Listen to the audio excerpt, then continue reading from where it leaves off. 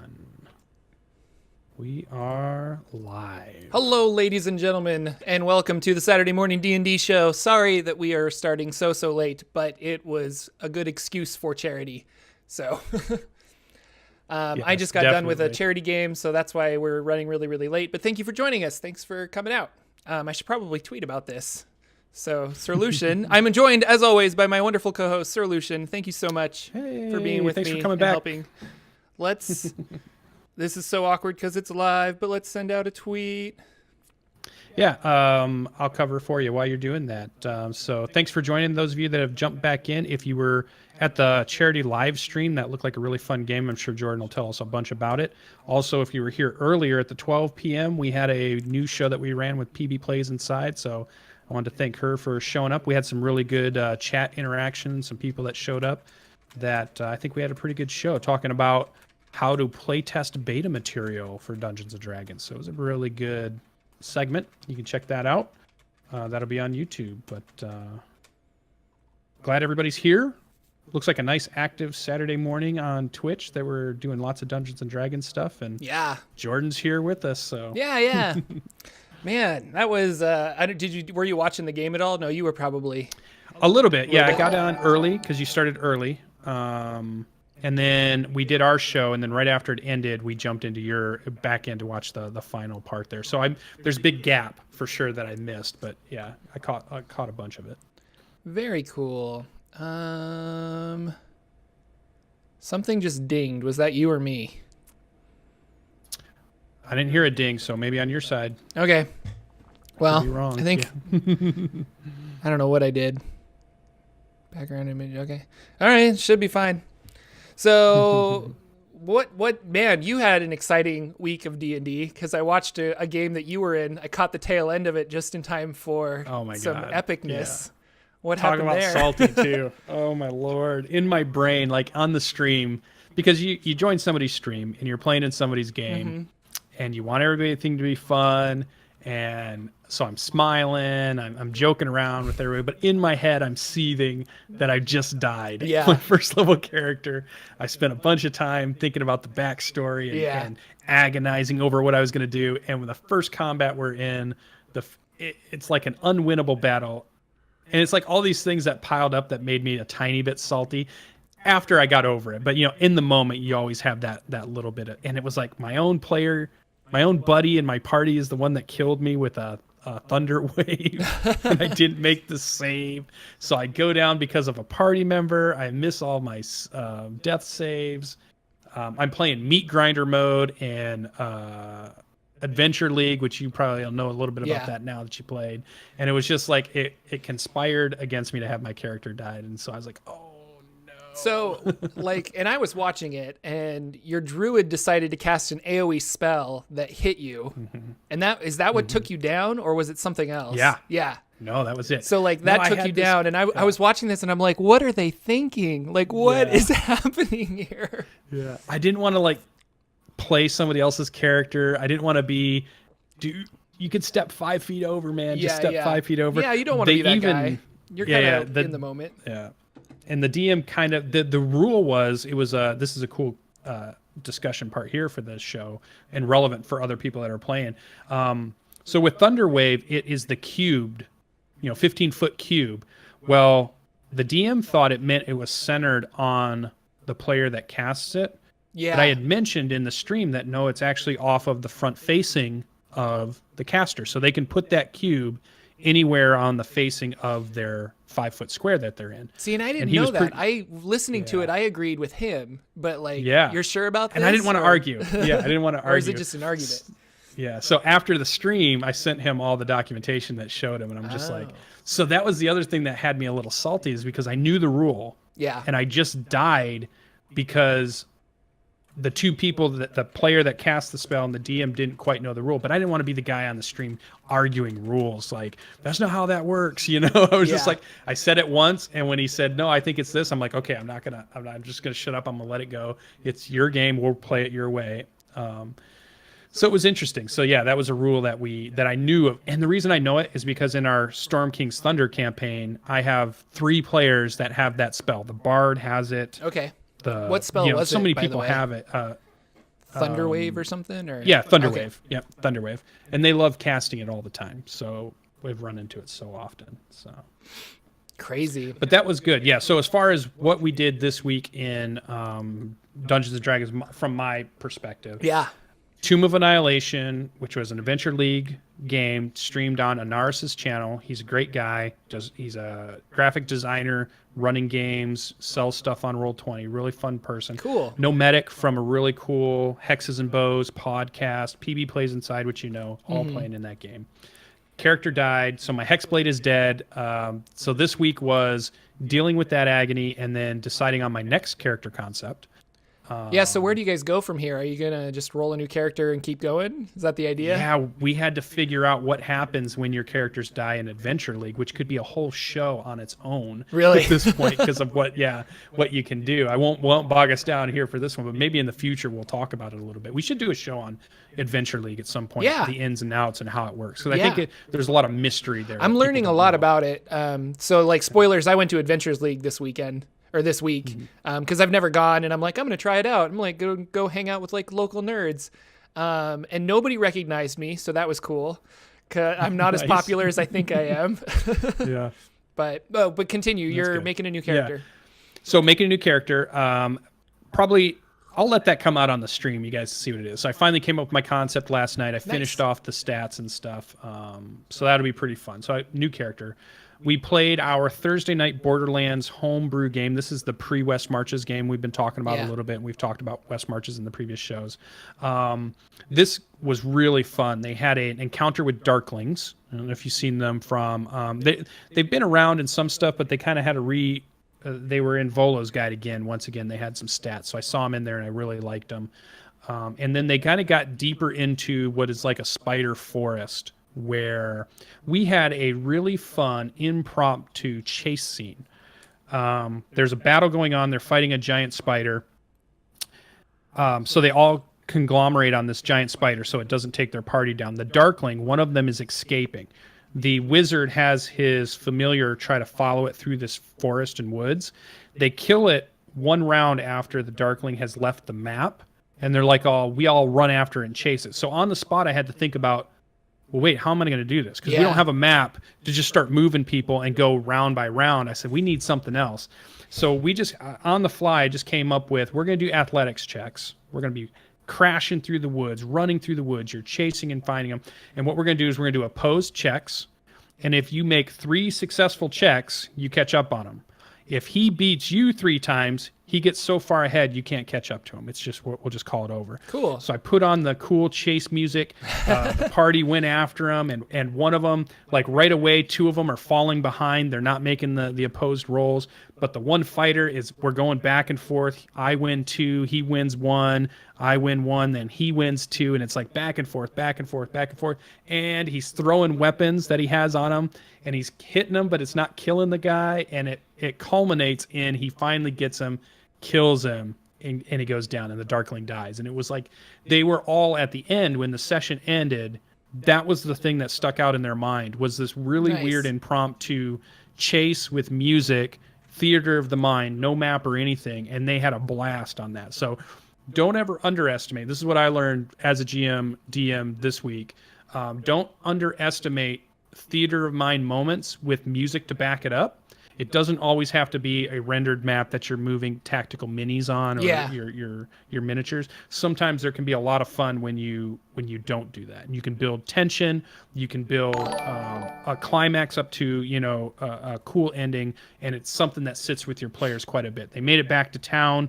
They had a successful excursion.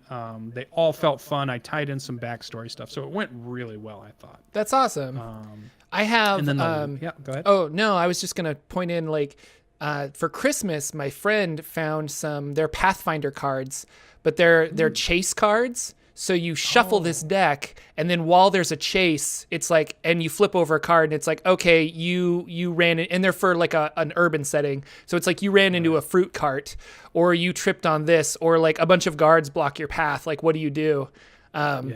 And I never really thought about running chases like that, but that would be complete theater of the mind. Like, you would just be like flipping cards, and people would be describing what they're doing, and that can be super memorable. So yeah. Yeah, yeah, because you're all collaborating. That's what was happening too. Because like when he would roll a bad one, we're like, okay, describe out, what you tripped over a root, you smashed through a bush, you crashed through this, and now that person's another 50 feet ahead of you and still running, and all you see is the cloak, the black cloak that he wears, dart behind a tree and then dart down a trail and a gully and whatever, and then we roll again and we go again, and oh no, you've caught up to him and he's, this has happened or that has happened. So it gives you a good storytelling moment. It building tension to a resolution is what's really cool. And then it was just a fun thing. And I think I've seen other people do chase stuff, so you can find mechanics out there if you don't want to try to come up with it on the fly. And the card thing sounds awesome.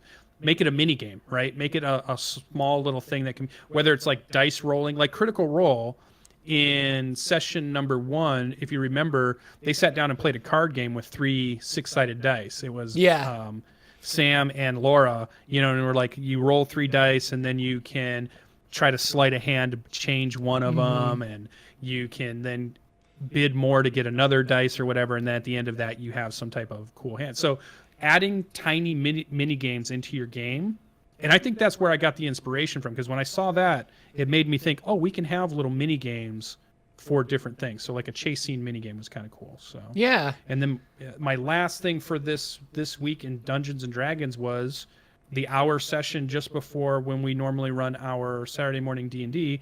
We created a brand new show with PB, which was the standard array. Yeah, which I was going to ask you about it. So you had a show this morning then? Yeah, we did an hour-long show. The idea behind it, here's the tagline. So the show's called The Standard Array, and the tagline is, we're not going to min-max you to death. And then the theme of it, we think the content theme, which I thought was kind of a cool idea, was the standard array is meant to be in the player's handbook. Here's some numbers so you don't have to worry about the luck of the dice, or if you're point buying, you can spend hours point buying, right? You can spend a lot of time looking at that. But here's standard array so you can get started quickly. So we're thinking the show format is, we're going to provide information that helps you get started quickly in whatever we're happen to be talking about, what game. We're going to branch out to all kinds of stuff. So we thought the theme of that was pretty fun. We did a test stream last night. You were there for some of it. It was like, another show. Test stream, what? 2 hours. Oh, you went 2 hours? That's crazy. Yeah, I went 2 hours. So that was my day in D&D for sure. And yours looked just as exciting, it seemed, too. So. Yeah, well, so to back up, since my group hasn't been able to meet for the last 2 weeks, we're going to meet this Sunday, hopefully. It's all we wrote down a time tomorrow. And I'm like, yeah, tomorrow. We wrote down a time and I'm like, can you guys make it here? And they're like, I guess so. And then my wife was guilt tripping them. They're like, guys, he has a show now. If you don't play D&D, he doesn't have anything to talk about. And I was like, no, I don't want to guilt trip you guys, but it's kind of true. I don't have anything to talk about. So right. I want you to play because you want to play. Yeah. I need you to play. That's exactly it. So they were like, okay, we'll come over and twist my arm kind of a thing. Not a big deal. But I've never done Adventure League, and I was thinking, I'm like, well, if I don't get to play with my actual group, maybe I'll go to my local gaming store and do Adventure League and see how that works. And it was a lot of fun. It was really different. I showed up with my PHB and a pencil and talked to the guy, and I was just like, hey, store manager guy, I'm here to play Adventure League. I don't know anything about it. And he's like, go talk to that guy over there. So I find one of the DMs, and they're all volunteers, and they're all just it's 6:00. They're scarfing down food and stuff. But he was super engaging, like one of those, and supportive, I guess I should say. Really so happy you're here. We're going to find a place at the table. What kind of character do you want to play and all this other stuff? Have you played D&D? Because I'm sure they get a lot of people that don't play D&D. And I'm just like, no, I've played D&D. I know a little bit about it. And he's like, okay, you can make characters from here and here and here. And he's like, my group is at level 5. And so I was like, oh, I'll start at level 5. That sounds fun. And he's like, oh, no, you can't. The rules of Adventure League, you have to start at level 1. I'm like, oh, okay. But I would be level 1 in your level 5 campaign. And he's like, yep, so be careful. And I was like, oh, okay. So that was kind of I was not expecting that. So I started making a bard. I think I want to do College of Swords bard when I get to level 3, but right now I'm level 1. And then fortunately this other guy showed up and, he was a little frazzled. And they were just like, oh, he's running a level 1 game, so you should move over there. And I was like, oh, okay. So I like walk over to there with a level 3 and 2 other level 1s. And I felt bad because he was just kind of like, I'm a little frazzled. My computer's not working. Like, I'm really sorry, guys. And I was like, dude, just like take a breath. Like, nobody cares. Yeah. Like, we're all just fine drinking soda and hanging out right now. Like, I'm meeting new people. I'm kind of just introducing myself, saying hi, getting like a feel for everybody's like D&D backgrounds, you know? But did you introduce yourself as Jordan with the PH is silent the whole time? And they look at you weird. They're like what? Like, but I can't see it, so why would you say that? No. Why? What? So I was just like, hey, I'm Jordan. I live nearby. I've never actually been in this store. No, I've been in that store a few times, but I've never like gone to Adventure League. Nice. But so the guy, from my understanding, and this is where it gets a little weird with Adventure League. From my understanding, there are pre-written adventures that are specific for Adventure League. And if you are running Adventures League, Wizards of the Coast like either sells you or gifts you these PDFs. I'm not sure. Maybe the store buys them and then they mass duplicate them to give to the people. I think the other 2 tables that were running Adventure League were running those adventures. But my guy, he was so frazzled and he didn't really know what was going on that he started running Death House, which is the like level 1 precursor to Curse of Strahd. Yeah. And I was like, I felt really bad because I'm like, oh, I've read this adventure. Like, I kind of like, I know it. So he was trying to make it all mysterious and stuff. And I was playing along. I'm like, oh, okay, this is fun. But, and it was fun. It was fun to sit down and play Ravenloft or Death House. We didn't finish because I think that's meant for like 3 to 4 hours. And we had maybe like 2 hours of actual gameplay at the table. But I don't get to play often, so it was kind of fun to do that. I definitely think that I would have fun DMing, and so maybe I'll like play my bard for a little while and then ask about like actually running a game at Adventure League, because that sounds like it could be a lot of fun. Yeah, it's on my bucket list to volunteer at our game store to try to do that, just to see what it's like, you know, maybe run for a season. Like there's a new season coming pretty soon. Season 8, I think, is what they're... Yeah, I think the new season's 8. I think they're on season 7 now. Yeah. There's a lot to learn about AL and what it is, the living campaign, how to do it, what it is, what are the rules. Yeah, and so that was the other thing, is I was making my character, and the one guy was helping me a little bit with like the rules. You have to do standard array or point buy or all this other stuff. And I was like, all right. So I kind of made my character, and then the next day I went online and I started reading the Adventures League rules. And I was like, oh man, like I have to do this and I get this and I have to start with like no money and I have to do this and this and this. So then I like tweaked my character so it fits the rules, which I felt kind of bad because I'm like, I feel like somebody should sign off on this or something, but like they didn't check my character when I was playing it. So I'll just kind of shift it so that it's more correct and in line with the rules and stuff. So I think there's a way to log it. Like there's some way that you can track the logging of it by the character name. Because the only thing you can't change up to level 5 is the character name. You can change your race midway through. Like, oh really? You can go to second level and decide, I really want to be a dragonborn instead of being the human. Oh, I had no idea. You can change a bunch up until 5th level, and then you're locked in at 5th level from that point on. Okay. So there's a lot of rules that are interesting about not trading items between players, or how money is distributed and worked, how to track these different things. So there's a bunch to it for sure. Yeah, I saw a lot of that especially the trading items, and I was like, okay, that kind of makes sense, because you like bring your friend in hopes that he gets some magical sword and then he just gifts it to you. But they gave me it's called a DCI number, and it's like a Wizards of the Coast like identification number. And I guess the store logs the hours that you play. And I don't know if those hours turn into experience points, because again, my DM kind of forgot to hand out experience points. So I was like, do we level up? Do we do this? And he's like, I don't really know. Like, we have to go. The store's closing now. And I'm like, okay, I'll leave. So it kind of felt like, I felt like I got the short end. Like, I don't want to diss the DM. Like, he was great. He ran a fine game. But as far as like experiencing Adventures League, I don't think I really experienced Adventures League as in depth as I could have. But I'll go back next week and we'll see. Maybe I'll run the same game with the same DM and we'll finish that, or maybe something else will happen. So yeah, and I think there's 2 reasons they run it, that from the Wizards of the Coast point of view.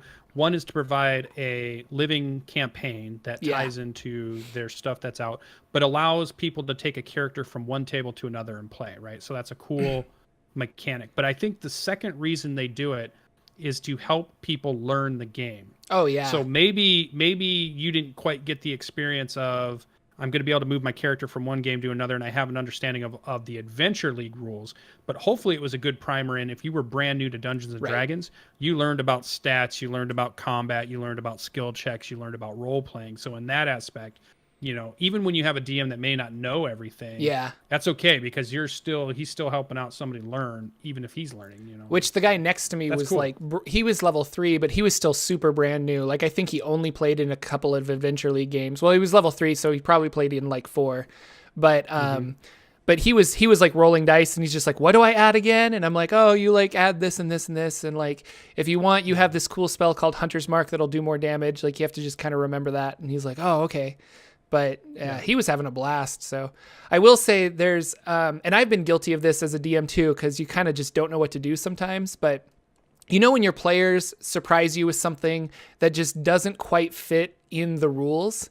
And the example of this is the new guy, but new players always do this because they don't know the extent of the rules. Like, they don't know what they can and can't do. And really they can do anything. It's just a matter of the DM kind of like coming up with some kind of dice roll or mechanic to make it function. But we were fighting a sentient suit of armor. Like, it had come to life and it was attacking us. And he had a spear. And the ranger, the guy that was next to me, the new guy, he was like, well, can I attack the spear? Like, I want to try and break the spear with my sword so that he can't use it to attack anymore. And like, well, you know, because I had 10 hit points and he did 7 hit points to me with one attack.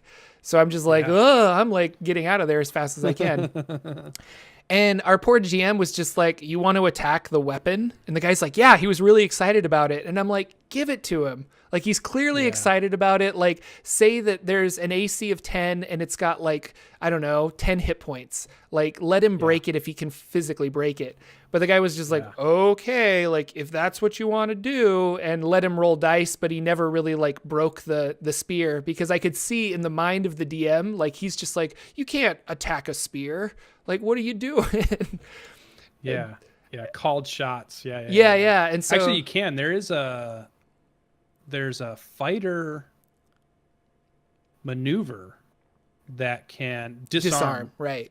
Which is pretty close. Yeah. You could almost use that kind of mechanic. But yeah, I like what you said. I think that's what I would have done. I would have made it a kind of a high AC, not too high, but because it's moving. Yeah. You know, it's moving around, it's trying to do things. You're trying to hit something. Your mind goes there. You're just like, oh, but okay. if you get it, you get that roll, you hit that 20, heck yeah, you're going to get it and destroy it. So he ended up not like destroying that. And then I felt bad because he did it again. And then afterwards he turned to me, he's like, is that a bad idea? And I was like, I didn't want to discourage him. And I'm just like, no, like, I think it's a really cool idea. Like, I see where your mind is going, but like, we have to, what is the DM doing, I guess, and we just kind of have to roll with how he's running this game. So that's a good point, and that's something that people will run into. Especially with new players. Like, veteran players, they kind of know, like, this thing has hit points, I have to make its hit points lower. But like, we fought a ghost too, and I know that like ghosts just take half damage from weapons and stuff, but you can still hurt it. So I'm attacking it, and he was just like, but my sword goes through it. Like, and he was thinking of anything. Like, he was looking on bookshelves. He's like, maybe there's like a book in here that will like, we can trap the ghost in a book. His weapon's not going to hurt. In his mind. And it's not hard. Like, I really feel like that innocence is so special, and you shouldn't like discourage it. Like, if he was just like, let's see if we can trap this ghost in a bottle or something, I'd be like, you know what? That's a great idea. Not that he wanted to do that. Like, he eventually was just like, I guess I'll attack the ghost. But it's those kind of mechanics, and new players are always like, same thing. Yeah. Oh, did you? Yeah. The new players at the table, we ran into an incorporeal thing. And the minute you said that, they thought, oh, well, we can't attack it. But really all it did was, like you said, half damage at that point. So you still could do some. You just weren't going to do as much. So that was very interesting. I guess it's up to the DM. Yeah. To somehow... what's the word? I don't even know what word I want to say, to make them understand that you're doing a little bit of damage, Yeah. but not a lot. Yeah.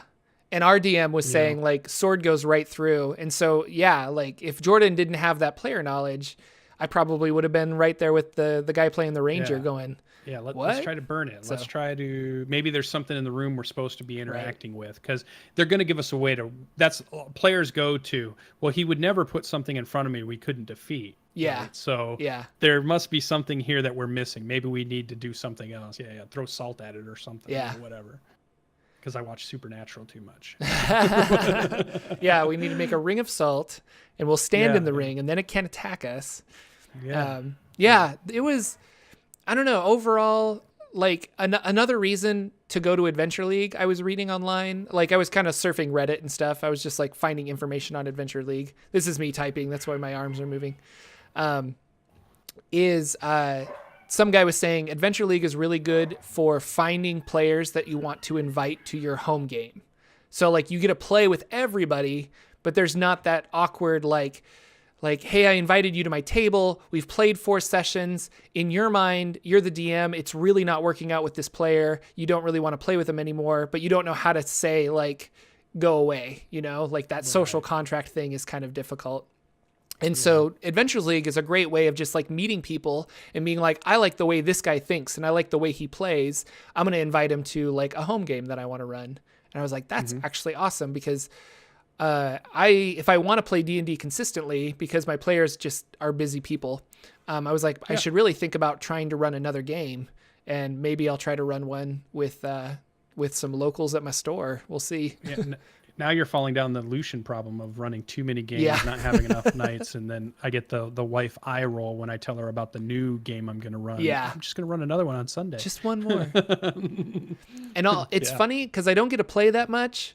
And I like building characters. Like I love building characters. And the character I played today, the Spore Druid, those guys were really good at building like efficient characters. Like they did one thing incredibly well, and that was pump out damage. And so they were both like I think the monk and the ranger were sub rogue, so they were doing sneak attack damage. The barbarian / paladin was just doing like epic strikes with smites and all this other stuff.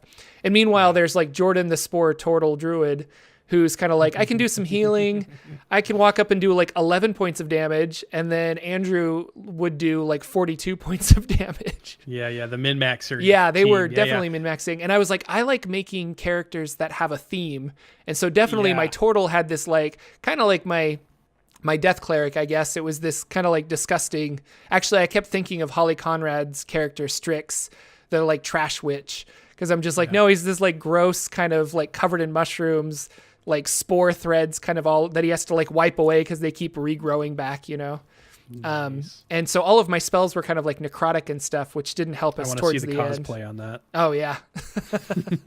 Should find some like Halloween turtle costume, like a Teenage Mutant Ninja Turtle, and I'll just like glue mushrooms to it. That'd be awesome. But awesome. He gave us magical items, and I gave myself like a staff of summoning insects, because I'm like, again, this fits thematically, but like, was that going to help us? Not at all. And I was like, I'm not that I was playing with the wrong group of people. Like they were great, and they were great for that one shot because Cody was really trying to be like, I want to challenge you guys, but I felt like I didn't bring my A game to that game. Oh, because I'm like, well, funny. My theme's really cool. Like, I don't know. No, you got to play it up. I like it. And then, I'll talk about that game a little bit more. No, go ahead. Yeah. Andrew totally was like, we found a sun sword, and he's like, can you make this bigger? And he asked me, and I'm just like, I don't have anything that can make a sword bigger. Like, I was looking at him, I'm just like, what? And I was like, no, like, I'm sorry, I can't make a sword bigger. Like, I don't know what he was trying to hint at. And then Cody was laughing, and he's just like, Jordan, you're supposed to like say yes. Like, that's the whole rule of improv. And I'm like, yeah, but in reality, what am I supposed to do? Like, I didn't have like enlarge, reduce or anything. Like, I was trying to think of like what spell or what ability was he trying to think that I could do, but I don't know. That's funny. Yeah, it was crazy. It looked like an interesting game, and Cody looked like he was really going all out on the voices for those ghosts you were talking to in the beginning, and Everybody had a voice, which was pretty funny. I thought it was pretty cool. I was not planning on a voice until I saw that everybody else had a voice. Everybody, you weren't going to be the one that wasn't. Yeah, I was like, oh my gosh, I'm not I'm kind of bad at this. I can't be the one that's not. Yeah, so, and I'm not like terrible at it, but I definitely just pulled that out of nowhere. Well, in reality, though, a couple of them are friends, though, too, right? They play with each other often, or oh yeah, the three of them except Mike play on Saver Dice together. So they know each other. You're coming into chemistry. Yeah, you're coming into chemistry. So that's always tough a little bit too. But I'm sure you were fine. Yeah. But yeah, I don't know. That was a fun game. It was kind of crazy towards the end there. It was interesting because the chat could like add stuff. They could donate money, which would then turn into healing and things like that we could use. And so I was going to donate $10 to give you another magic item, but I was like, I'm doing my other show. I got That would have been that's funny. But totally like went down. Somebody gave me 1d10 healing, so I got up to like 5 hit points, and then somebody gave me a crit, so I was dead. I stood up, or I was unconscious. I stood up, I walked over to the person, used my crit to do like 33 points of fire damage. And then she turned around and smacked me, and I fell down again. I was just like, okay. Yeah, you weren't meant to win that fight, right? And it was at the feel that you got at the end of that. Cody kept saying, he's like, I threw CRs out the window. He's like, I don't know how you guys are going to win or lose, but like I'm throwing CRs out the window because I just want to make a tough encounter. And that's my first high level experience too as a player. So what level were your character? 10. I wasn't there in the beginning. Yeah, we were level 10. They were level 10s. So okay. And I had a lot of spells that did necrotic damage, and I was really like kicking myself because I'm just like, well, we're fighting nothing but undead. Like I should have just made a cleric. I don't know what I was thinking. Yeah. So in that battle, fighting level 10s, what do you think it compared to, like, because you just recently did the level 6 battle in our one shot that we did with McLancy Waddle, and that was a level 6 battle where you guys pulled out a lot of cool abilities. How'd that feel? Comparatively? Boy, I think the Mixie Waddle, is that how you pronounce it? Yeah, McLancy Waddle. McLancy Waddle. Like I always see it written and I'm just like, nope. Yeah. But that fight was, I don't know, you have so much stuff at like level 6, and honestly, I felt like I had too many things here at level 10 and not enough like action to do it. Like I was like, I want to do my wild shape to give myself temporary hit points, but I can't do wild shape and attack, and I can't attack and I can't. And so I was like, I really just need more actions. And I guess that's what limits you as a druid. That's your decision paralysis. Like I didn't have aside from healing word, I didn't have any spells that would, that I could use as a bonus action, like everything was either an action or a reaction. But the whole like spore damage thing, that was really cool. Like walking up and then being like, I do 33 points of damage, and then my spores do an extra 18 points of damage that just hits no matter what. And you can do some nice damage. Like, so there Andrew was, and I critted, but like Andrew did, like 45 points of damage in like 3 swings of his axe. Or maybe it was 2 swings of his axe, but turn around, if I critted with my flame sword plus my reaction spore damage, I was doing like 50, so nice from a druid. That's not bad. And you're burning spell slots for that, but like that's the whole point of having spell slots. So pretty cool. Yeah, it was fun. Do we have anyone in chat? We have our Saturday morning show. Yeah, there's a couple. Sky Blue Misses showed up a couple times. Karza came back around. Sonic's here. Definitely some people. Haven't asked any questions too much, but they're there we are. Fun. Oh yeah, hey Karza. Karza is a patron of mine, so he's really cool. Nice. In fact, I think I just sent out, if you become a patron on my Patreon, I have Forgotten Realms pins that I make it's backwards because of the camera. Oh no. But I send those out, and it's a lot of fun. Not that I'm trying to like pimp that right now. That's that's cool. Yeah. No, we should pimp our shows out because that's the whole reason we're here. When's the next Standard Array? That's the thing that we got to figure out, because it won't be a Saturday morning show, but I want to put it in so that we had something if anybody showed up at 12. But we're going to talk about it. It might be a Friday night thing. Might be we might look around. We're gonna try to see where we can fit it in with her and my schedule, because obviously I'm playing on Monday nights, I'm DMing on Monday nights, playing on Tuesday nights, DMing on Thursday nights, fighter practice on Wednesday nights, Saturday morning D&D show. I'm running out of slots. Yeah, you are, Jordan. for sure. Running out of slots. So that's cool. Yeah, is it Blake or Bleak? Asks a good question. He's about to visit Neverwinter, and he's never run a city. Any tips? I would say that instead of, you can buy like a book on Neverwinter, and you can do a bunch of cool Neverwinter stuff. Because there's a great 4th edition book about Neverwinter that just has like, cities and maps and things like that. But what I really like doing in cities is because your players are like new to a city, they kind of get lost in it.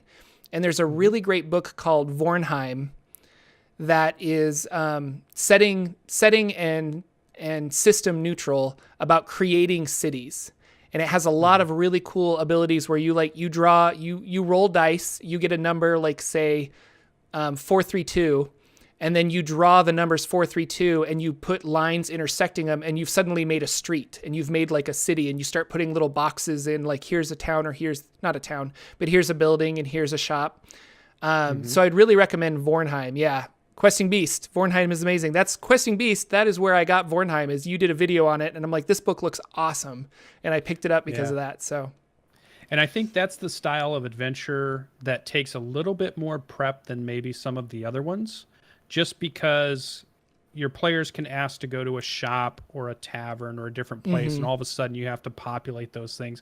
So having some cool lists, like if you have Xanathar's Guide to Everything and it has names in the back, but maybe have some lists to the side that are some tavern names, maybe some lists of the blacksmiths and the shopkeepers and those kinds of things, so that you're not stumbling. Because I think we as GMs and DMs stumble when we have to do the improvise. So if we have little things that help get us past those things, we can really focus on story, and then focus on, intrigue, and focus on what the players, find out what your players want to do too. That's the big thing to keep in mind. Because there's a lot to do in the city. Yeah. I've got a list of, and if I can find it, I've printed it out. I'll see if I can find the PDF, and I'll put it in the doobly-doo below when I put this on YouTube. But it's just a list of shops. And so like if you go to the leather person, it's got, here's all the stuff the leather guy sells. And if you go to the magic shop, here's all the stuff the magic shop sells. And my players love that. And there's been a couple times where they're in town and they're just like, can I see that book? And I'm like, sure. And they just kind of flip through it and they're like, yes, I want to spend 600 gold on this potion of healing, or I want to spend 400 gold on this shield, or I want to do this and this and this. And it makes shops really easy for me. So. Yeah, and know your pacing. Know when to role play a scene out. That is a shopping thing, or I'm going to see an NPC thing. And know when to say, oh, you just want to get an extra sword? Sure, it was this much. You went to that shop you'd been to before, and move on. So that, be aware of when you want to RP certain things that kind of tie into your storyline. If they want like a +1 magic sword, be like, they have to go on some crazy quest to come back to the shop to be able to like put the magical ingredients into their sword or something. Like that's a good role play session. But name generators are huge, I think, because that's the one thing I'll always like. They'll say, and what's this person's name and description? And I'll be like, Joe, the guard. And he's whatever. That's why I like Xanathar's. Xanathar's has those names in it. I use that much as a DM. Yeah, I love it. Yeah, it's a great book. Right next to me. So that's a good question.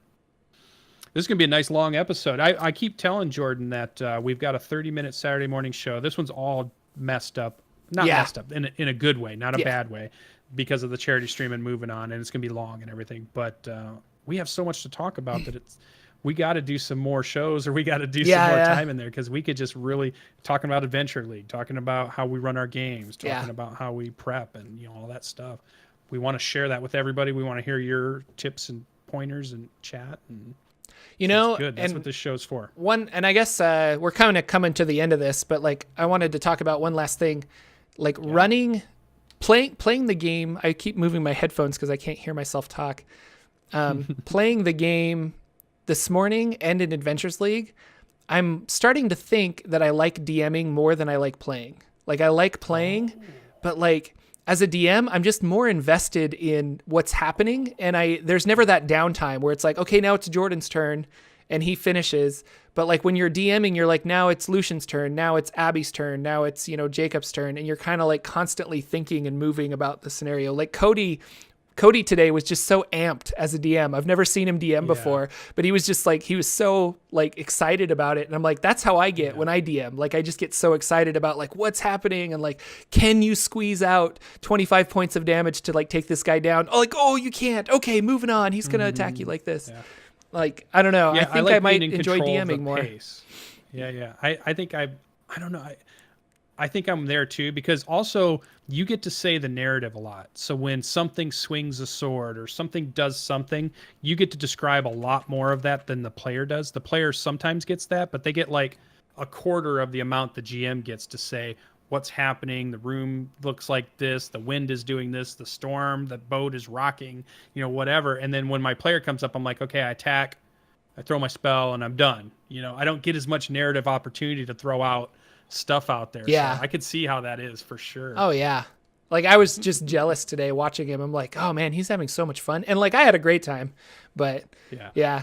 And then that bittersweet when you finally like go unconscious and I'm just like, well, death saving throw. This is fun. I have to remind myself that the game is fun. I mean, just like when your character died, you had the same thing where you're like, well, I'm making death saving throws. I guess this is fun. It is totally my fake smile the whole rest of that stream as I had died. And I'm like, I'm trying not to like get mad on camera. And it's not even it's just at the situation because you don't want your character to die. You're just like, no. I don't know what made me tune in. I think I was just on Twitch surfing and I'm like, oh, Sir Lucian's game. That's cool. Or I was on Twitter and I saw you tweeting about it. And I'm like, oh, it's Sir Lucian's game. I'll like watch it for a little bit. And I tune in just as he cast that spell and you died.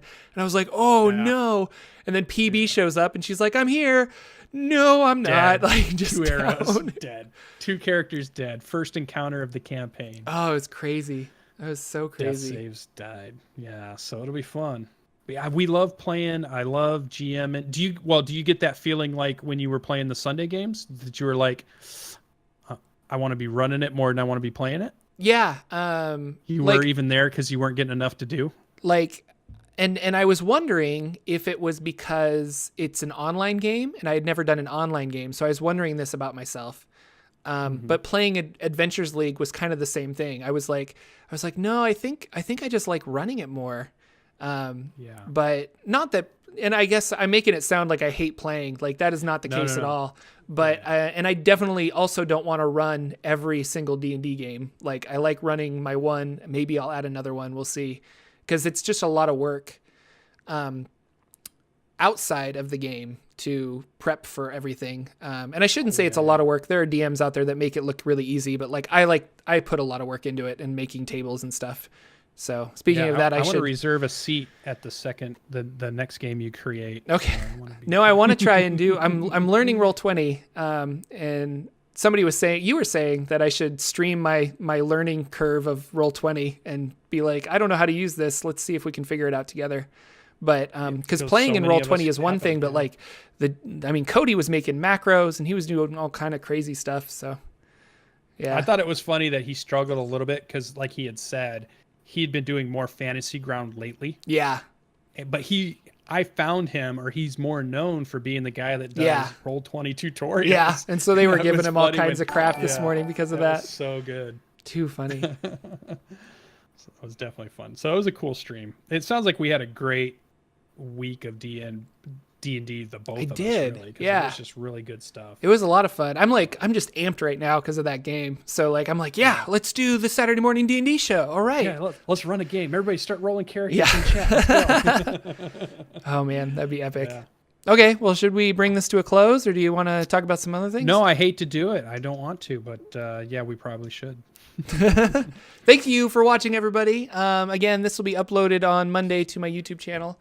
And thank you guys so much for watching and hanging out and just listening to us ramble about D&D. I hope you're all having a great day, and I hope that you all get to play some D&D in the next week. And if you don't, I want to encourage you to go to Adventures League. Maybe you can come back in the chat next Sunday or Saturday and tell us all about your experience at Adventures League too. So I'm going to go again. It's on Thursday for me, so I'm going to go again. I think that'll be fun. Thank you guys for watching. Yeah. Thank you guys. And check us both out on both Jordan's YouTube and streaming now. I'm on YouTube, and I'm on YouTube and streaming on Twitch. We've got lots of stuff going on, and we're glad that you're here. So thank you for joining, and we'll see you in the next one. Bye. Oh, sorry, Johnny.